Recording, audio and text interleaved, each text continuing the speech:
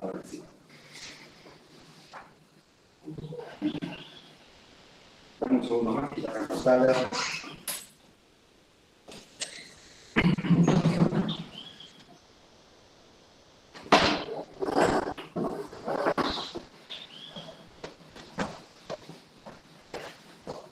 Un, dos, tres, probando. Hola, hola, hola. Probando.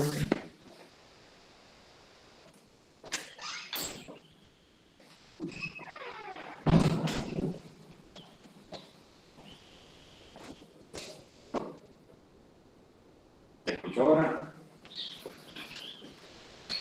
Perfecto, entonces sí. Disculpen la demora. Cuando quieran. ¿Listo, Alberto? Empezamos. Bueno, primero, buenos días a todos, presentes y virtuales. El tema que vamos a compartir, dimensiones analíticas, interpretación de problemas y oportunidades, las estrategias para el desarrollo de la ciudad, escalas e instrumentos de intervención para la planificación urbano-territorial.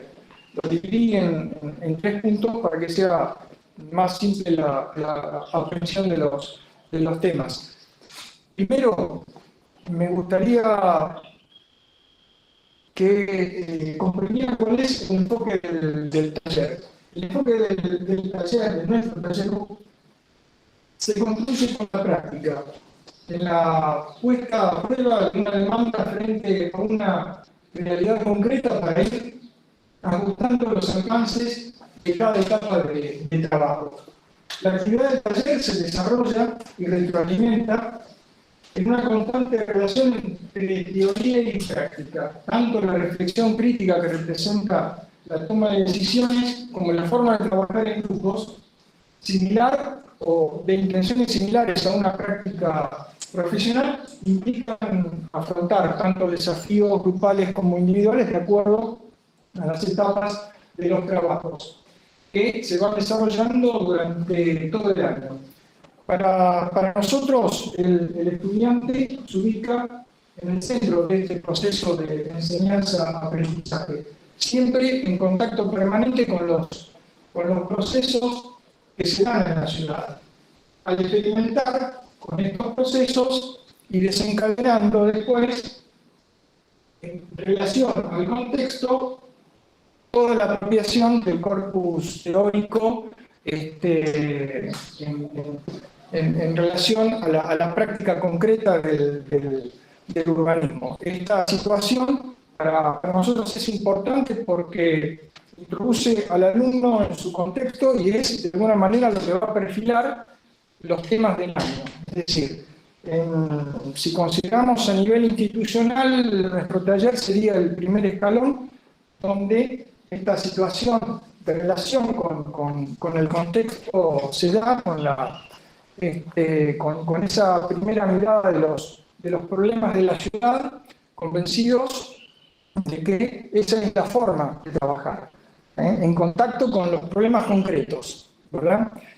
Convencidos también de que esta situación se da en la facultad y el otro nivel institucional, la universidad, en su plan, digamos, estratégico 2030, lo toma para todas las demás instituciones. Es decir, considera a un profesional completamente comprometido con su entorno, con su realidad.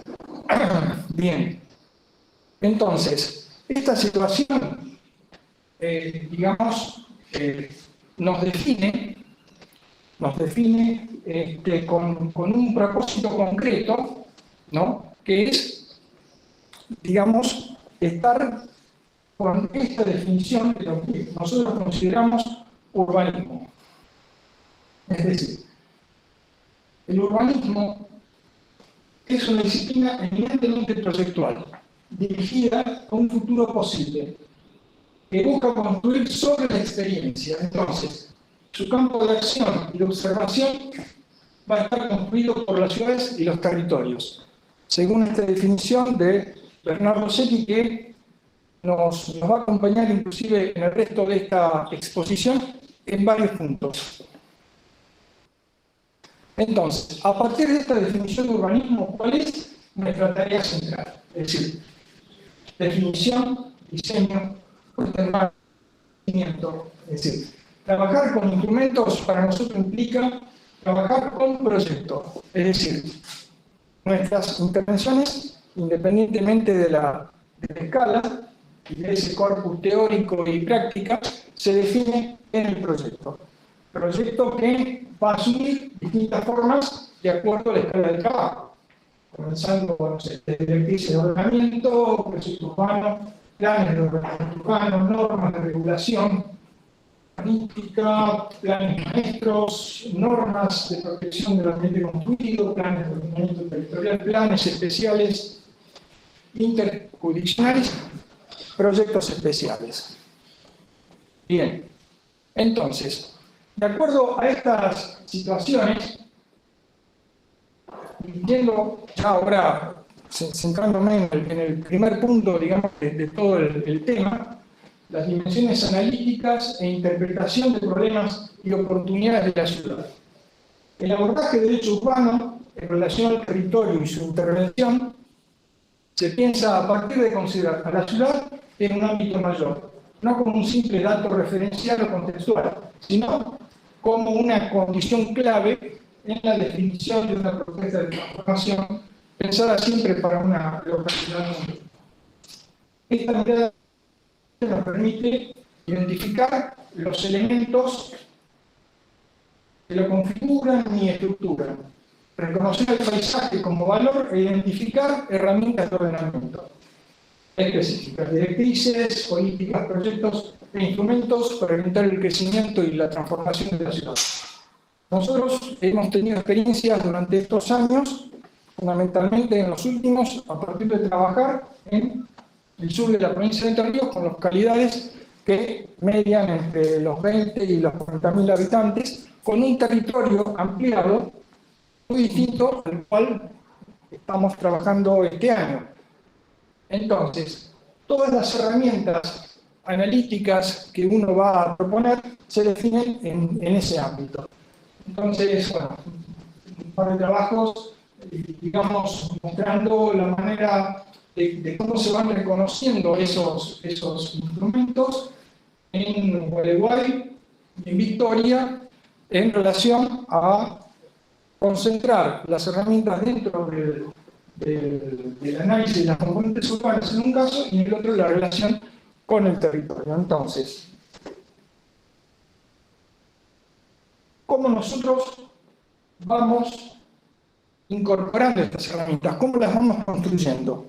A partir, primero, de determinar la escala, el ámbito de trabajo, en este caso el territorio, y a partir, territorio y ciudad, por supuesto, a partir del análisis de la inserción de la localidad en un territorio ampliado. Entonces, nos hacemos preguntas.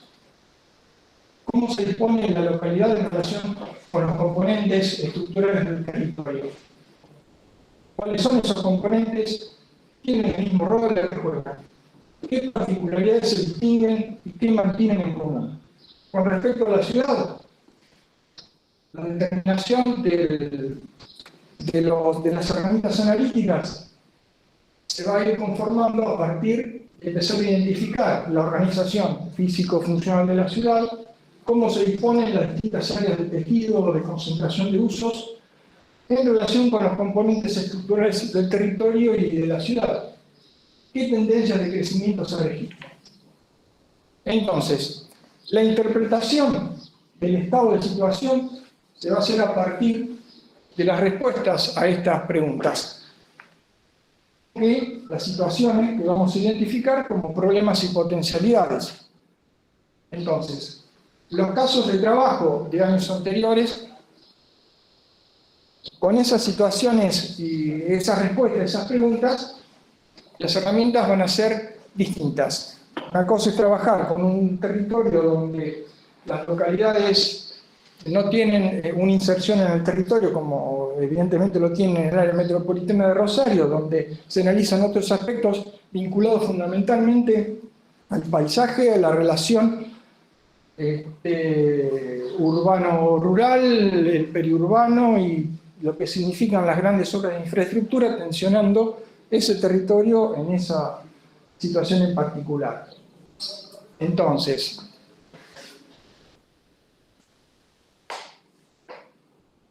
cuando cambiamos este objeto de estudio y nos introducimos en el área metropolitana, empezamos a trabajar con situaciones que antes no existían. Por lo tanto, hay que reconducir un poco esas herramientas y empezar a tener muy presente las distorsiones que se producen en todo el sistema, es decir, concretamente la dispersión. Empezar un poco a trabajar saliendo de esa dicotomía, digamos, ciudad dispersa, ciudad compacta, intentando otra modalidad, incorporar la ciudad porosa. Entonces, siempre tenemos presente el modelo de ciudad mediterránea, compacta, compleja, eficiente, fundamentalmente estable socialmente, en ese contexto europeo. Este modelo refleja la posibilidad, dada su factible adaptación, de dar respuesta a todos los retos planteados de hoy en el urbanismo. Es decir, la compacidad, la sostenibilidad, fluidez en los espacios públicos, conectividad, equidad. Ahora, este modelo resulta difícil de aplicar en ese sentido en nuestro contexto. Es decir, por eso la idea de incorporar el concepto de ciudad porosa a partir de principios como la permeabilidad en el territorio. Esa permeabilidad, esa situación, digamos, que se permite identificando los componentes estructurales, vialidad, cursos de agua, corredores verdes, vacíos territoriales y urbanos, la óptica cambia, el punto de mirada cambia radicalmente, es decir, la dispersión como un problema, pero desde otra óptica, desde otro lado, como una posibilidad concreta de reestructurar el territorio a partir de sus vacíos, ¿no? Entonces, bueno, acá tenemos un ejemplo de actuación sobre el área metropolitana de París, realizado por Secchi y Vilanó aproximadamente sobre finales del 2010, donde se observa primero la caracterización del área metropolitana, la posición, digamos, de los grupos urbanos más consolidados y fundamentalmente la conectividad, los corredores, que es donde se va a trabajar todo este sistema digamos, toda esta nueva situación presente en relación a esa concepción de la permeabilidad. Es decir, verificada por esos esquicios previos de Secchi, donde se observan la superposición de tramas, redes, conectores, ya sea viales, cursos de agua, etc. Y donde se empieza a percibir los primeros indicios de cómo trabajar proyectualmente el territorio bajo esta situación, ¿no? Cuando hablamos de las herramientas analíticas necesarias para producir una nueva información sobre el territorio, los conceptos se tienen que modificar a una relación mucho más dinámica, no estáticas como en general nos pasa cuando trabajamos sobre el territorio con una visión, digamos, más digamos que tiene que ver con una realidad concreta y no tomar al territorio como un campo, digamos, proyectual más amplio. Entonces, si nosotros trabajamos sobre la topografía, niveles, todas las situaciones correspondientes a la cuestión geográfica del lugar, su topografía, no necesariamente nos tenemos que quedar en eso. Es decir, tenemos que ampliar la posibilidad de que la topografía continúa hacia una topología. ¿Qué significa? Significa que todos esos recorridos planteados que pueden tener algún tipo de ruptura a partir de la cuestión física, se pueda convertir en un punto de enlace en esa situación para lograr esa continuidad. Bien. Cuando hablamos de fragmentos a continuidad, la situación se enmarca primero teniendo en cuenta el registro del comportamiento de ese tejido. Ese tejido que, a partir de distintas situaciones, va a tener lotes vacantes, va a tener sectores del territorio sin uso. Entonces, la posibilidad de introducir esas parcelas para producir nuevos escenarios y empezar a reconstruir ese fragmento y que dejen de ser fragmento para pasar a tener una continuidad estructural es una de las situaciones a tener en cuenta cuando trabajamos con el concepto de permeabilidad en la ciudad porosa. Cuando modificamos el concepto de red, es decir, red significa vincular técnicamente distintos puntos en distintas direcciones, y eso lo convertimos en espacios de relación donde exista fluidez en todo ese recorrido, la situación es distinta. Ya no va a ser una situación técnica de vincular punto a punto y entre cruzamientos, sino que se espera que sea una relación fluida. Lo mismo sucede con los límites administrativos. En general son cerrados, producen situaciones entre, digamos, uno y otro punto, en general conflictivas.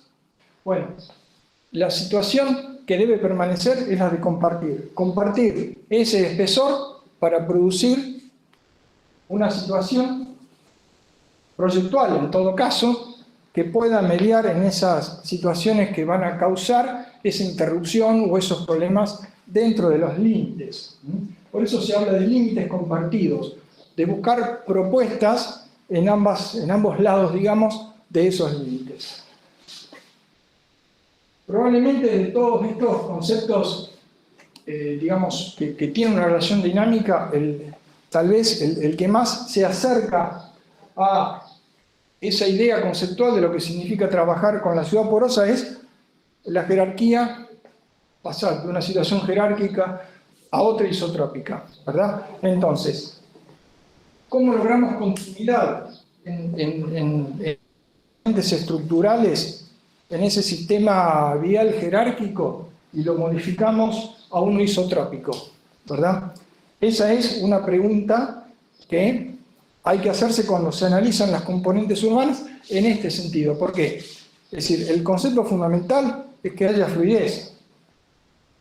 La isotropía no es que va a mediar, o ese concepto isotrópico, digamos, la fluidez se va a lograr a partir de una situación de equidad en ese movimiento de los sistemas de vinculación, de los sistemas de conectividad. No quiere decir que, digamos, de un punto a otro las autopistas ya no, digamos, no transporten, ni mucho menos, sino que lo que se busca es una equidad en la situación de conectividad entre los puntos, de que todos puedan llegar a todos lados. Eso sería la situación más, digamos, óptima cuando se toman esas situaciones de cambio de herramientas de trabajo. Bien. Digamos, como para cerrar este tema, en relación a lo que significa trabajar con esos escenarios, Secchi Viganò nos propone: nuestros escenarios nos llevan a interpretar la metrópoli existente e imaginar la metrópolis del futuro como una ciudad permeable, isótropa, altamente accesibles y fundamentalmente para todos. Entonces, en esta primera imagen vemos todas las propuestas que se han hecho, en este caso, sobre el Gran París, pero lo que nos interesa es fundamentalmente cómo se toma cada uno de estos elementos y se convierten en una situación proyectual, ¿verdad? Entonces, se pueden observar cómo las situaciones geográficas que pueden presentar una ruptura se intenta sobrepasarlas, se intenta continuar con esa situación de fluidez. Y esta respuesta gráfica, más que nada que representa una síntesis de la propuesta de Jekyll y Ganó, se observa esa fluidez digamos, de todas las componentes en el caso de París. Es más que nada una situación que me pareció interesante mostrar porque refleja gráficamente cómo es sintéticamente ese objetivo que se plantea. Bien, entonces, como este año nos propusimos trabajar sobre el área metropolitana, en particular el Cordón Sur y todas esas localidades que están en situación, digamos, comprometida con el área metropolitana, y fundamentalmente con Rosario en particular, empezamos a trabajar con las componentes estructurales fundamentalmente con tres: con los corredores de movilidad y estructura territorial, los fragmentos intersticiales y el proceso de transformación de los últimos 30 años. Fundamentalmente, los corredores y esos fragmentos intersticiales, ese análisis y ese resultado nos va a permitir a nosotros generar esa interpretación del territorio para poder después producir determinadas respuestas, ¿verdad? E inclusive profundizar en desarrollos en otra escala.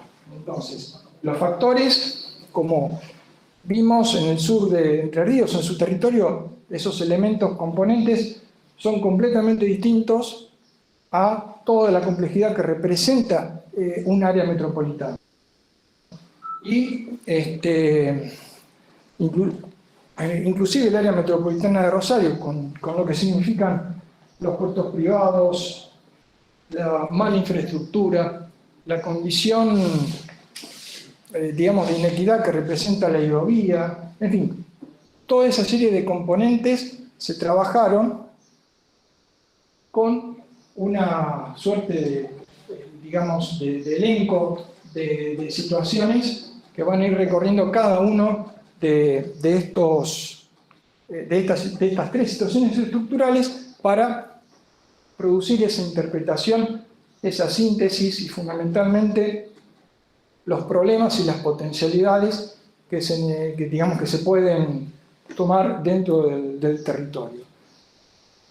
Bien, entonces, con respecto al punto 2 de este tema que estoy compartiendo, las estrategias para el desarrollo de la ciudad. Entonces, de ese elenco, digamos, de instrumentos que nosotros podemos tomar, hay uno que va a, digamos, a resolver esta situación de desarrollo para la ciudad. El proyecto urbano como estrategia de intervención, en el sentido de que es una modalidad de intervención de escala intermedia que permite materializar y visibilizar las políticas urbanas que se pretenden para la ciudad. Por supuesto, esto dentro de un marco superior, el plan de ordenamiento territorial, pero el que baja las acciones concretas es el plan de escala intermedia, el proyecto urbano. Entonces, este proyecto urbano o este concepto de proyecto urbano podemos trabajarlo, sintetizarlo en 6 aspectos. Podemos considerar que están situados, es decir, reconocen el contexto de las ciudades latinoamericanas caracterizadas por la desigualdad, la violencia y la vulnerabilidad ambiental. Difícil término. Entonces, son contemporáneos también porque incorporan, entre otras cosas, la pandemia en el territorio. Son ambiciosos porque intentan resolver problemas, instalar debates, incorporar la calidad y la belleza como valor irrenunciable. Tenemos que tener siempre presente que el espacio público es el elemento estructurante, integrador, tanto de los elementos componentes del proyecto urbano como de la vinculación que van a tener con el entorno inmediato y la ciudad. entonces hay que apostar a esas situaciones de calidad y belleza en ese espacio público. Bien. El otro punto, la aproximación multidisciplinar. Para comprender el territorio y para transformarlo, necesitamos de varios actores, de una multidisciplina que nos ayude a interpretar esa situación en el territorio para poder incorporar una propuesta de escala intermedia como el proyecto urbano.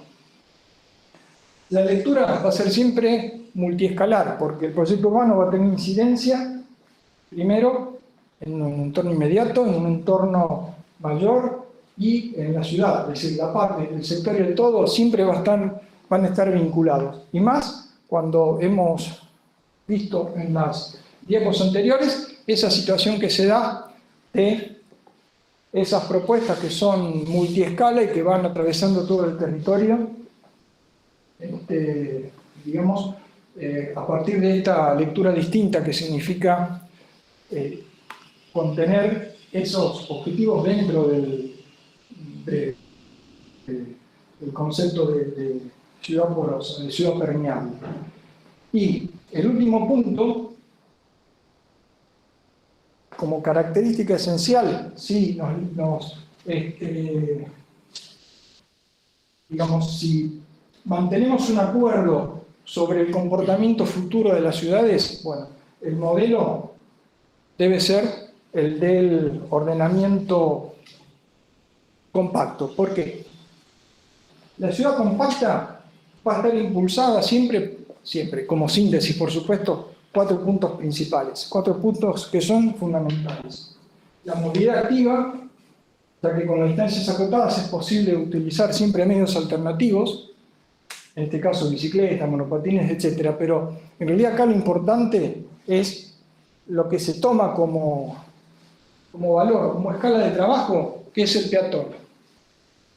La captación de plusvalías, aquellos lugares de la ciudad que mejoran su rentabilidad gracias a obras, gracias a nuevos indicadores que el Estado hace, que el Estado posibilita, deben compartir con él sus ganancias y empezar a redistribuir en otros sectores que no tienen esa misma potencialidad y lograr un concepto de desarrollo, ahí sí entra bien el término, desarrollo equilibrado de todos los sectores de la ciudad. Zonificación de la altura, un adecuado uso del suelo nos permite seguir compactando las distancias dentro de la ciudad. La altura máxima ya no va a depender de determinados indicadores, sino que se va a trasladar a barrios y en determinadas situaciones puntuales, digamos. Ocupar vacantes urbanos. Este cuarto punto es muy importante y tiene que ver un poco con la escala de trabajo, es decir, ocupar vacantes urbanos, terrenos baldíos, predios en desuso deben poder incorporarse a la ciudad para sumar más espacios verdes y viviendas. Ahora, esta situación en particular es muy difícil de lograr. Estuve viendo un caso en particular que es el caso de la ciudad de Montevideo, donde se logró por parte del Estado municipal, de la Intendencia de Montevideo, herramientas para que el municipio incorpore todos estos terrenos baldíos y predios en desuso, fundamentalmente en la zona del puerto. ¿Qué es importante esto? Porque esto, es más, el concepto que primó en las autoridades del municipio fue a partir de una comisión, de profesionales donde tomaron los conceptos de Viganó en relación a utilizar esto y de utilizar estos terrenos y posibilitantes de nuevos usos con ese criterio, con un criterio de armar en todo caso un plano de uso, pero un plano de uso no estableciendo indicadores y estableciendo resoluciones puntuales en cada una de las parcelas, sino tomando la integralidad, para armar recorridos, para armar situaciones concretas de uso y de fluidez, porque esto lo que hace es interrumpir todo ese tejido. Bien, dos situaciones presentes que puedo considerar como claves para comprender este modelo de desarrollo para una localidad, digamos, para una ciudad. Es decir, los conceptos, digamos, en realidad surgió como una comparación lo que Monteverde comenta sobre proyecto urbano a partir de una charla de inauguración de un workshop que hicimos el año pasado, donde establece algunos criterios sobre qué significa trabajar con el concepto del proyecto urbano en el tejido, ¿no? Y por otro lado, la postura de Secchi y Viganò con esa ciudad permeable. A ver, ¿dónde se encuentran estas dos situaciones? Monteverde, digamos, toma los conceptos de Lerner, de acupuntura urbana, para empezar a plantear qué puntos se tocan, dónde se ubican, es decir, cuál va a ser la reacción de esa pinchadura sobre el tejido y de cómo se van a ir vinculando esos distintos temas. Es decir, estamos trabajando con esos sitios, esas parcelas, todo ese tejido intersticial, ¿verdad?, que se encuentra dentro de corredores potenciales, ¿verdad? Entonces, el concepto de sinapsis urbanística es un esquema neuronal donde las neuronas solas no producen nada. Es decir, si no tenemos ese espacio intermedio, no nos sirven. Lo mismo que en la medicina. El espacio intermedio entre una célula y una neurona es lo que va a conectar esas dos cuestiones. Se toma ese concepto y se traslada a la ciudad para poder construir otra lógica de trabajo, una lógica que tenga que ver con ese reentramado urbano.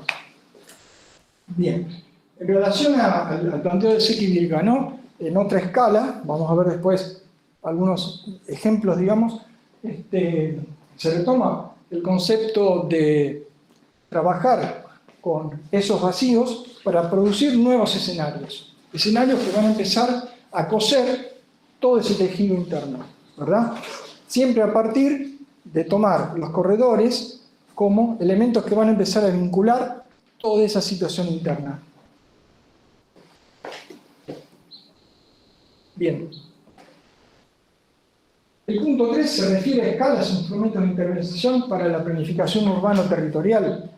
En realidad, estamos subiendo un poquito más de escala, viendo y volviendo un poco a lo que significa definir área metropolitana, que la definimos como un sistema funcional formado por una serie de elementos fijos, es decir, asentamientos humanos, conectados por una red de relaciones, infraestructura y flujos. Entonces, nosotros en esa escala tenemos que empezar a reconducir esos flujos, ¿verdad?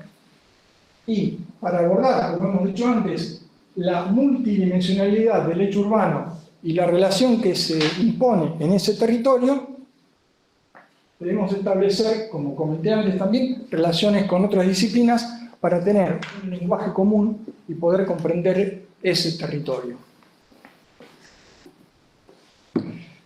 Entonces, cuando trabajamos con ese concepto en el territorio, definimos directrices de ordenamiento territorial, que tienen por finalidad promover desarrollo sostenible y una optimización territorial orientada a estos 6 puntos. La gestión y el gobierno del territorio, la conservación de la calidad paisajística y ambiental, registrada en distintas unidades de paisaje, concebidas también como unidades más técnicas en ese sentido, desarrollo de las actividades económicas, organización físico-funcional de núcleos urbanos y su expansión, programas de distribución territorial de equipamientos comunitarios y el desarrollo del sistema de transporte y... Bueno, para ir concluyendo, esas escalas de aproximación en este entorno urbano territorial, digamos, se media a partir de estos proyectos que van vincular las distintas escalas. Ahí voy a comentar, parece que no, si no.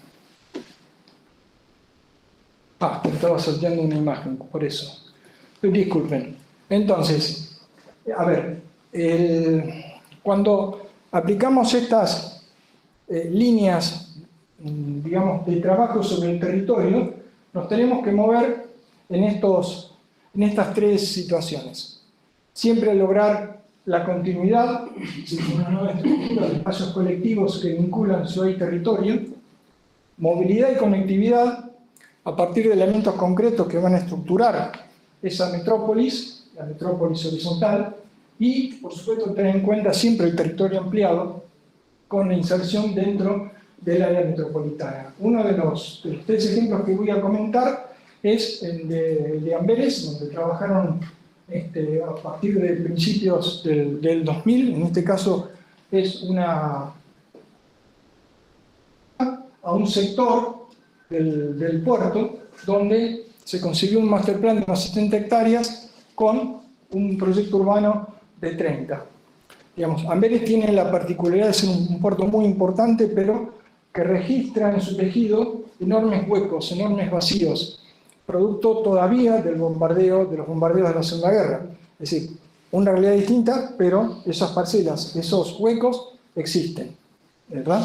Entonces, la idea de tomar este concepto de proyecto urbano en estas distintas escalas son propuestas de infraestructura, servicios, vivienda y espacio público realmente importantes. Entonces, podemos ver cómo esa escala territorial se introduce en la ciudad hasta los pequeños espacios de costura donde se aplica donde está ubicada la residencia, intentando tener un cambio de escala en sectores donde el tejido ya es existente y tener todas esas gradientes de escalas desde la territorial a la barrial, de alguna manera.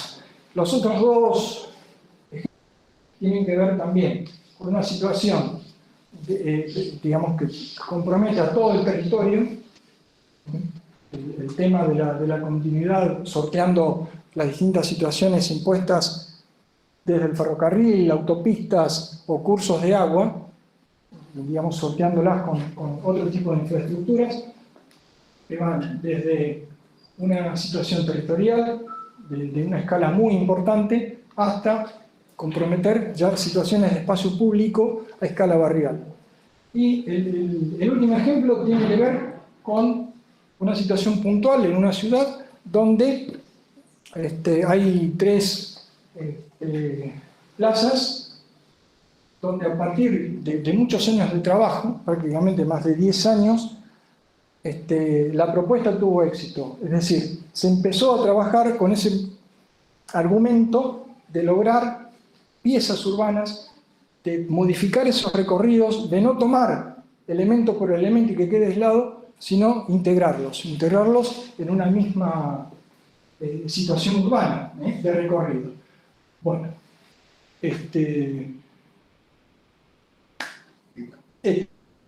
Bueno, muchas gracias. No, a ustedes por escuchar.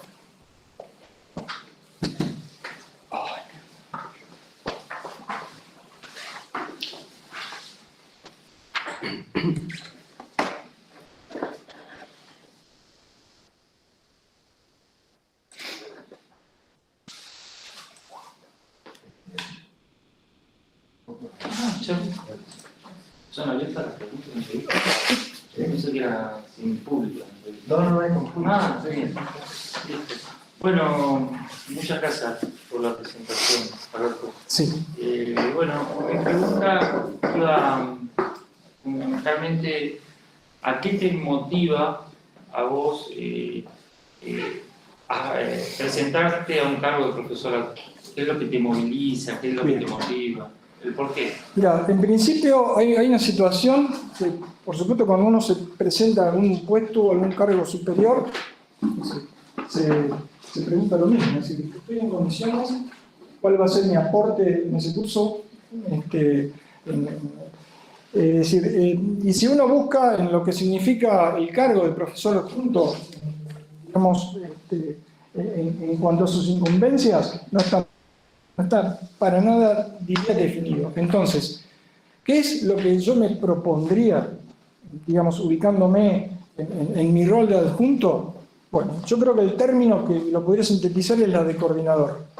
Es decir, nosotros, digamos, en particular nuestro taller es un taller que tiene 900 alumnos, 12 docentes, más de 15 adscriptos.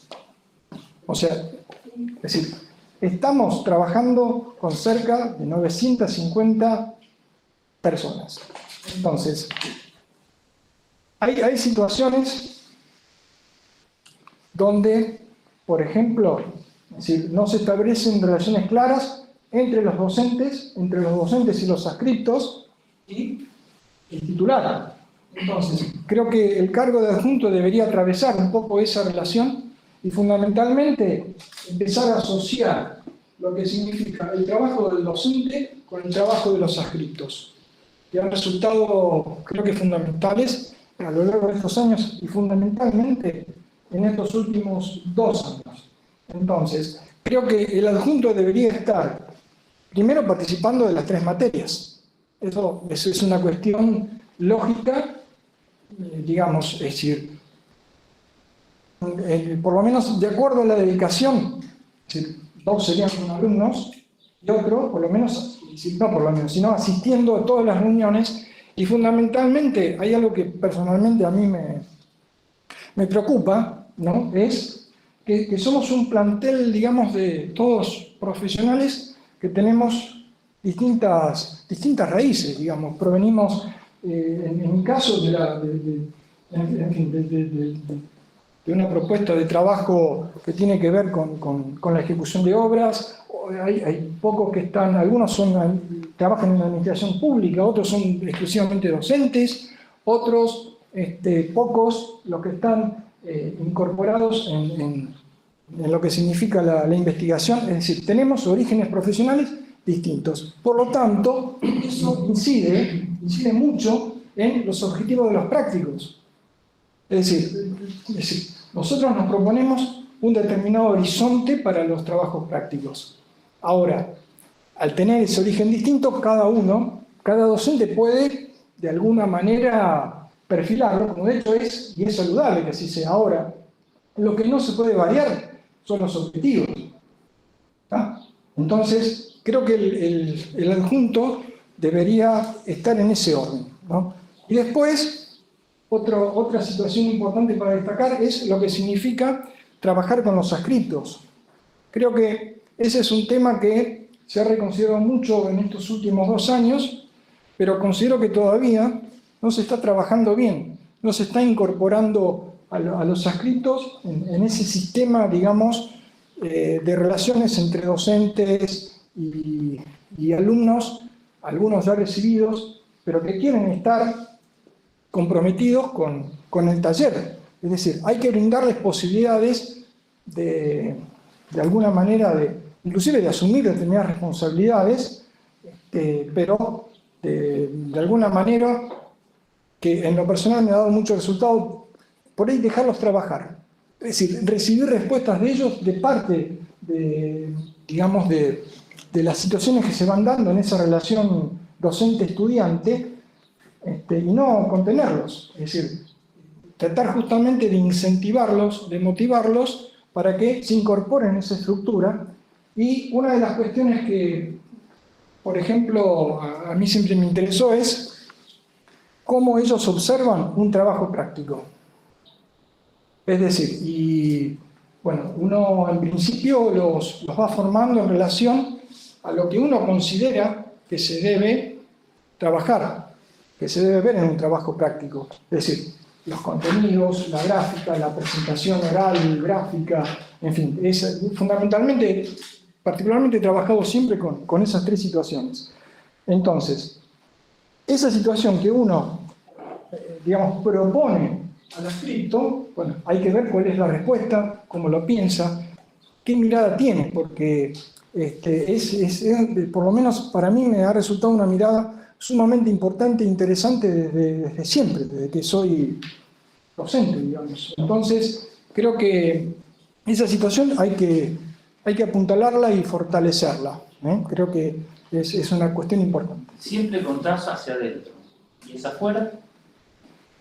La cátedra es una entidad mayor, forma parte de una institución. Sí. Vos siempre enfocás a la cátedra, al interior de la cátedra, pero el adjunto trasciende el rol de profesor solamente de la cátedra. Vas a pasar a tener otra entidad dentro de la institución como profesor. Sí, ¿no? Entonces, en ese campo, digamos, de tu padre, de otros profesores, ¿cómo te ves?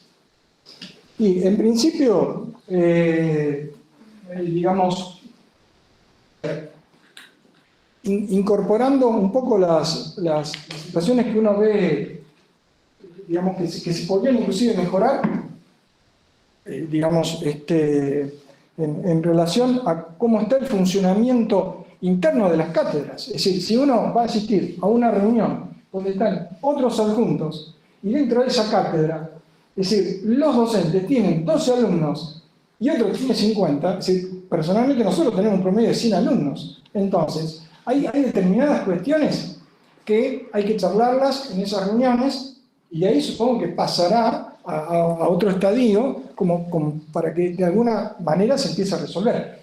Eso es una cuestión práctica, pero concreta. No es lo mismo trabajar con 12 alumnos, cobrar el mismo sueldo por otro lado, y trabajar después con 100 alumnos. O sea, ahí ya hay una distorsión que hay que plantearla institucionalmente. Después, bueno, estarán todas las situaciones que tienen que ver con las cuestiones conceptuales, organización interna, es decir, nosotros hemos organizado workshops que han sido muy interesantes, han participado cátedras, han participado de Córdoba, de Colombia, hemos hecho trabajos con México, digamos, donde dentro de esos grupos docentes había docentes de distintos roles. Entonces, realmente estuvo bueno ver cómo ellos compartían un poco esas cuestiones y cómo las veíamos nosotros. Entonces, creo que es por lo menos yo lo veo como una oportunidad muy interesante para, en fin, exponer todas estas cuestiones, fundamentalmente las cuestiones positivas y las cuestiones negativas, ¿no? Perfecto, muchas gracias. Mónica, ¿querés hacer una pregunta a vos? Uy, Mónica. No. De la otra No, Mónica. le estaba hablando con Mónica. Pero sí, está Son dos, Mónica 1 y Mónica 2. Me parece que tiene el micrófono Suave, así no ponemos creativos. Mónica. Somos más que nosotros. ¿Se escucha? Sí. Pregunto entonces. Bueno, Alberto, ¿qué tal? Sí. ¿Cómo estás? Muy bien. Una pregunta, porque vos mencionaste tanto en tu propuesta pedagógica como en tu exposición las escalas, pero mencionaste las escalas territoriales. Entonces la pregunta que ya te hago, dado que ustedes tienen 3 asignaturas donde trabajan diferentes escalas de analíticas y propositivas, digamos, según las escalas territoriales y demográficas de esas distintas situaciones que se mencionaron, ¿cuáles serían las escalas gráficas, numéricas, digamos, la escala, más apropiadas para las distintas escalas, ¿no? Porque, bueno, de la metropolitana a la escala del proyecto urbano, de una escala territorial a la escala de, digamos, de 20 hectáreas, 30 hectáreas y una unidad de actuación de 5 hectáreas, bueno, ¿con qué escalas proponés trabajar todo eso que mencionaste en tu exposición y en tu propuesta pedagógica? Mira, Mónica, en realidad nosotros no trabajamos con escala numérica.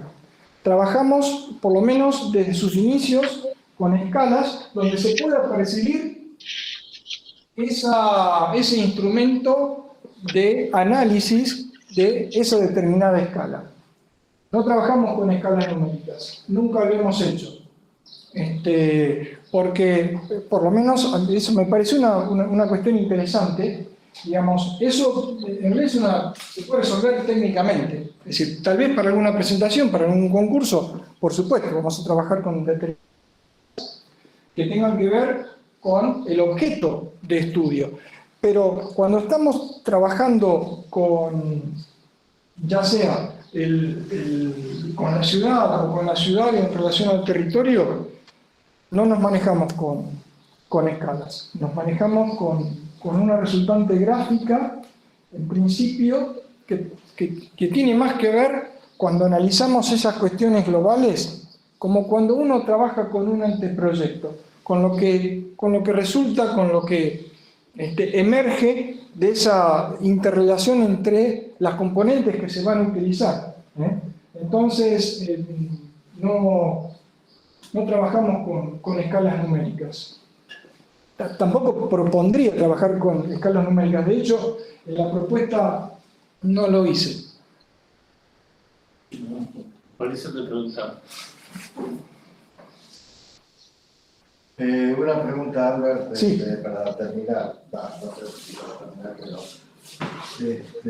vos en la programación, ahí incorporás el concepto de ciudad porosa, Secchi y Viganó, fundamentalmente en el trabajo de análisis, y Sí. un poco no lo repetiste, sino que lo recuperaste acá en la presentación.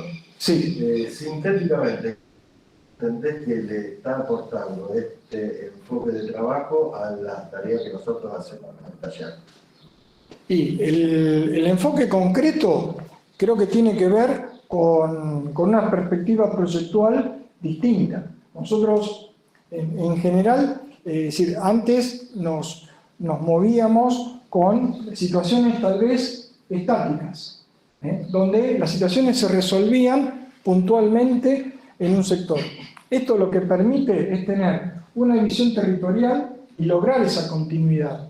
Es decir, si trabajamos focalizados en una situación, digamos, que tiene que ver con un área intersticial, bueno, hay que ver cómo se asume esa propuesta en el resto de la ciudad, cuáles son los efectos y concretamente tener presente que esos conectores van a ser lo que van a empezar a trasladar esos beneficios, entre comillas, de calidad de vida al resto de la ciudad. Entonces, creo que más que nada es una perspectiva dinámica, una perspectiva que en todo caso, en la materia de intervención, saliendo ya del análisis, nos puede introducir en un doble ejercicio.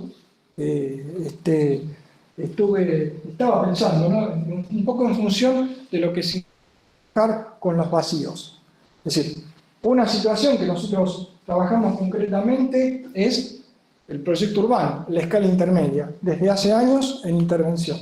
Entonces, ¿por qué no empezar a proponer una situación que tenga que ver con esos vacíos, como comenté antes, no solamente con indicadores y no solamente con usos determinados, sino tomando la generalidad, es decir, qué situaciones se plantean en determinadas áreas de la ciudad, qué registro hay de esas vacantes y qué lectura integral nosotros podemos hacer. No va a tener la característica de un proyecto urbano porque no es un gran espacio, pero como vimos, esa situación que Monteverde incorpora o que Lerner ha hecho en todos sus trabajos es puntual. Ahora, si tenemos una mirada integradora de todos estos elementos, va a ser una respuesta, es decir, mucho más beneficiosa para toda la ciudad. Es decir, me parece que en ese sentido, en el sentido de manejar escalas integrales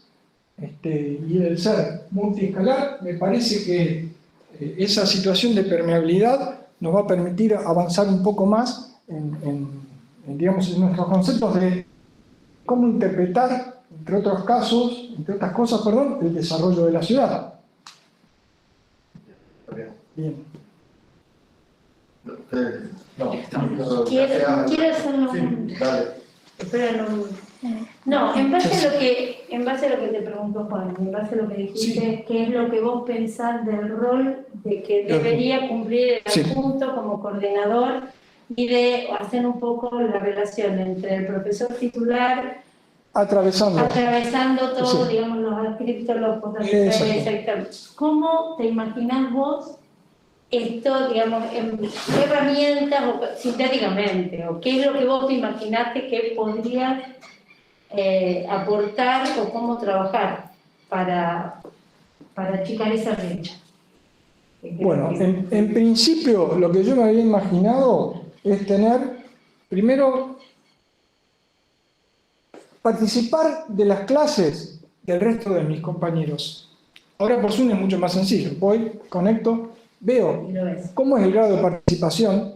Algunos ya los conozco desde hace 1000 años, no tengo dudas de su forma de trabajar. Muchos de ellos coinciden con mi forma de ver las cosas, pero otros no los conozco, no sé cómo trabajan. Es decir, cómo trabajan internamente. Sí, sí. Conozco la producción.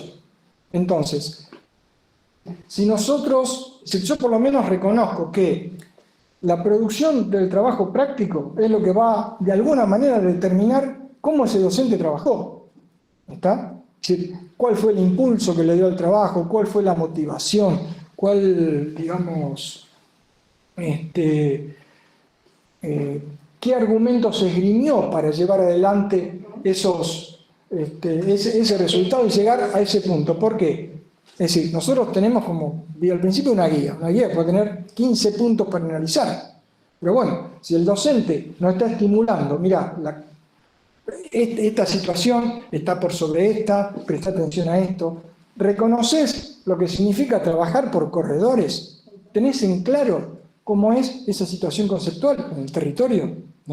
Entonces, bueno, creo que un punto es ese, empezar a conocer la modalidad de trabajo y empezar a ajustar situaciones, digamos, no...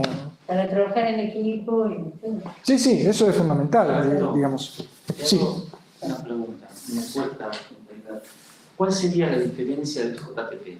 Porque el JTP no cumple ese rol de estar coordinando a los docentes, No. Buscando una homogeneidad en cuanto a cómo se abordan los trabajos. Por lo menos nosotros... Acá, Sí. mi cátedra es eso, el JTP. No, acá...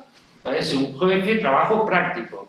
Lo que hace es bajar la implementación del práctico, coordinar los Sí, docentes. tal cual, pero no coordinar los docentes. docentes. A ver, nosotros, es que, no digo que esté todo distorsionado, pero dentro de lo que llamaríamos docentes, hay docentes que son JTP, otros que son, digamos, que tienen categorías inferiores, pero que trabajan, digamos, a la par de lo que es un jefe de trabajos prácticos. O lo mismo, nosotros, de alguna manera, digamos, los que tenemos por ahí más años, hemos desarrollado por ahí trabajos de coordinación por área, porque, digamos, pero seguimos siendo JTP, digamos. Esa distorsión, bueno, hay que de alguna manera limarla, porque no todo el mundo puede hacer todo, es decir, no se puede.